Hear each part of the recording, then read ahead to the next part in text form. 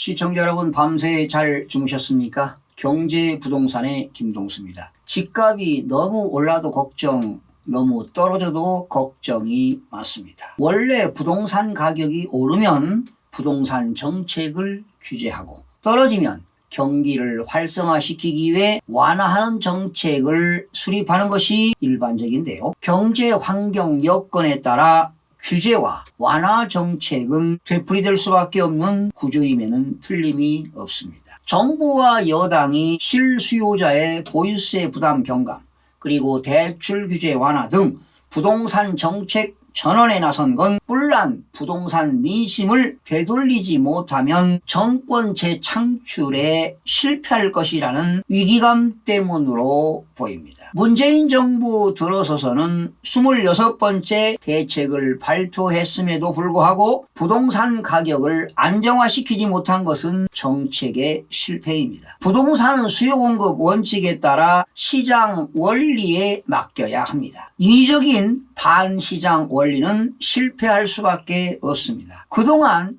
규제 정책으로 실타래가 꼬일 대로 꼬여 푸는데도 오랜 시간이 걸릴 것입니다. 또한 많은 부작용을 초래할 것입니다. 지난 4.7 재보궐선거 참패 원인이 성난 민심에 있다고 판단하고 부동산 정책 반성문이 나오고 있습니다. 더불어민주당과 정부는 부동산 정책 전환에 속도를 내고 있는 모습입니다. 그동안 부동산 정책은 국민에게 신뢰성을 상실했습니다. 정책의 일관성과 예측성도 없었습니다. 상황에 따라 시시각각으로 변했기 때문입니다. 한마디로 탁상 행정이었습니다. 문재인 대통령은 지난해 신년 관담회에서 집값 원상 복귀와 투기와의 전쟁을 선포했지만 지난해 서울 아파트 값은 오히려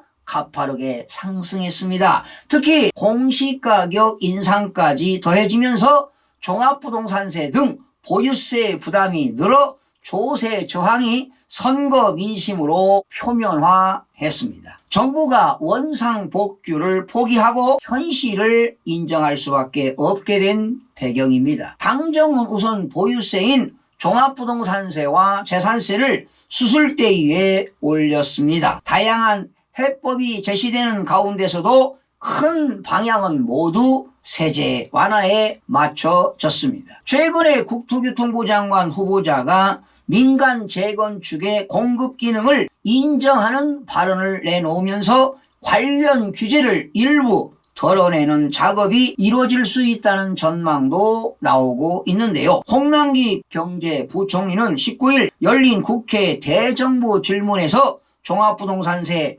경감의 뜻을 밝혔습니다. 그는 종합부동산세 부과기준 9억 원이 11년에서 12년 전에 마련된 것이라 기획재정부도 이에 대한 의견을 많이 받았다며 민의를 수렴할 부분이 있는지 살펴보고 있고 잘못된 시그널이 가지 않는 범위 내에서 그런 의견을 같이 짚어보고 있다고 설명했습니다. 20일 정부와 정치권에 따르면 당정은 올해 종합부동산세 과세 기준일 6월 1일 이전에 종합부동산세 기준 변경을 추진할 것으로 보입니다. 종합부동산세 부과 기준은 지난 2009년 6억 원에서 공시가격 9억 원으로 이명박 정부 시절 이후부터 유지되고 있습니다. 부과 대상자는 현 정부 첫 해였던 2017년 39만 7천 명에서 지난해 74만 4천 명으로 2배가량 급증했습니다. 원래 종합부동산세의 목적은 고액의 부동산 보유자에 대해 부과하여 부동산 보유에 대한 조세 부담의 형평성을 제고하고 부동산 가격 안정을 도모함으로써 지방재정의 균형 발전과 국민 경제의 건전한 발전에 이바지할 목적을 두고 있습니다. 상위 1%에 부과하려던 종합부동산세가 당초 취지와는 달리 현재 3%에서 4%로 확대된 이유는 집값 급등 탓입니다. 문재인 정부 4년 만에 전국 아파트값은 9.92%, 서울 아파트값은 평균 14.46% 올랐습니다. 매매에 거래되는 아파트 중간값을 의미하는 중위가격은 서울 기준으로 약 5억 2,996만 원에서 8억 7,687만 원으로 3억 원 올랐습니다. 강남 상구, 강남 서초 송파구뿐만 아니라 마포, 용산, 성동 등 강북 웬만한 아파트도 종합부동산세 부과 영향권 안에 들어온 것입니다. 홍 총리 대응의 발언은 정치권의 요구를 반영한 것으로 보입니다. 4.7 재보궐선거 참패로 위기감이 커진 여당에서는 보유세를 완화하자는 의견이 본물처럼 쏟아지고 있습니다. 여당은 부동산 특별위원회를 설치해 주택 공급과 금융, 세제, 주거, 복지 등 현안을 점검하고 관련 대책을 마련하겠다고 밝혔습니다. 부동산 세제와 실수요자를 대상으로 한 대출 규제 완화 등은 주요 쟁점이 될 것으로 보입니다. 여당 내부에서는 주택가격 상위 1%에서 2% 소유자에 대해 종합부동산세를 적용하고 재산세 감면 기준을 현행 6억 원에서 9억 원으로 상향 조정하는 내용이 검토되는 것으로 전해지고 있습니다. 더불어민주당 정청래 의원 등은 1주택자 종합부동산세 기준을 공시가격 9억 원 초과에서 12억 원 초과로 높이는 내용을 담은 법 개정안을 준비하고 있습니다. 2021년 현재 전국 공동주택 공시가격 상승률은 2007년 이래 가장 높은 19.08%를 기록했습니다. 또한 공시가격 9억 원 초과 주택은 전국 52만 4,620가구로 지난해보다 69.58%가 늘어났습니다. 이와 더불어 공시가격은 건강보험료라든가 종합부동산세, 재산세 등 총 63가지 각종 과세표준을 산정하는데 기준이 되기 때문에 각종 세금 또한 폭등이 예상되는 상황입니다. 무주택자에 대한 대출 완화는 실현 가능성이 크다는 평가입니다. 현재 주택담보대출 담보인정비율 LTV 투기와 투기과열지구에서는 주택가격의 40%, 조정 대상 지역에서는 50%이고 무주택 세대주에는 각 10%포인트 우대해 줍니다. 금융위원회는 당정 협의를 거쳐서 조만간 발표할 가계부채 관리 방안에서 청년과 그리고 생애 최초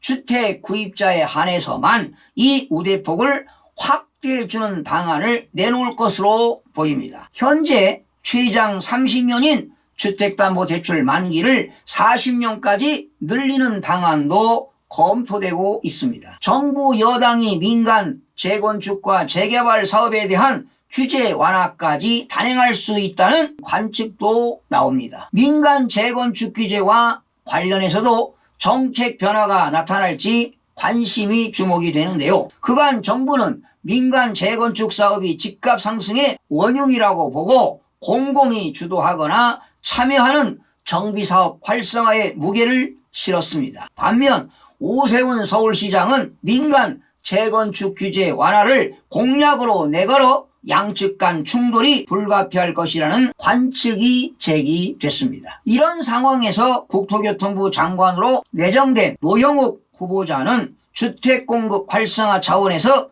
민간 재건축 사업도 반드시 배제할 필요가 없다는 입장을 내놨습니다. 장관 후보자는 공공주도와 민간 사업이 양자택일의 문제는 아니라고 본다며 정부의 이사 공급 대책도 기존에 있는 대책의 한계점을 돌파하기 위해서 서로 윈윈하자는 정신이 담겨 있기 때문에 국민의 시각으로 생각한다면 좋은 절충점이 나올 것이라고 말했습니다. 최근에 국토교통부는 도심 공공주택 복합개발 사업에 참여하는 토지주에게 전매 제한, 실거주 의무를 적용하지 않고 1+1주택 공급을 허용하는 등 당근을 제시했는데요. 이 역시 서울시와의 논의 과정에서 완화될 수 있는 민간 재건축 규제를 염두에 둔 조치가 아니냐는 해석이 나왔습니다. 정부가 공시가격을 인상시킨 것만큼